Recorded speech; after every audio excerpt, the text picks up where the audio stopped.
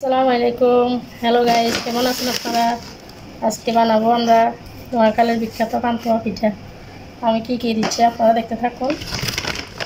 দিয়ে দিচ্ছি ময়দা, 3 কাপ ময়দা দিয়ে দিচ্ছি, লবণ, মিল্ক পাউডার,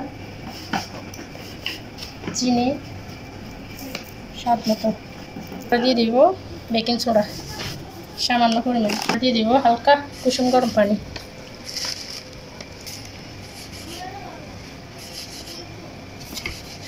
এই যে আমার ময়দাটা মাখানো হয়ে গেছে, আমি এখন এটা 10 মিনিটের জন্য ফেলা রাখবো।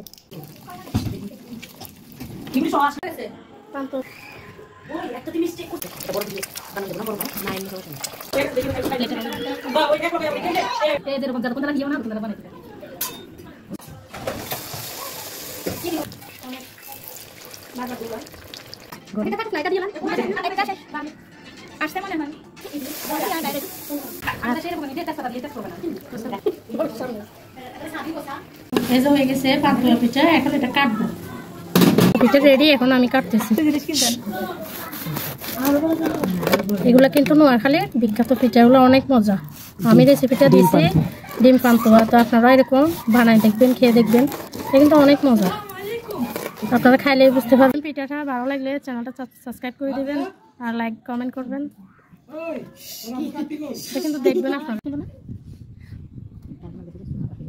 দেখতে সুন্দর, এটা খেয়ে দেখবেন কিন্তু অনেক মজা, অনেক টেস্ট।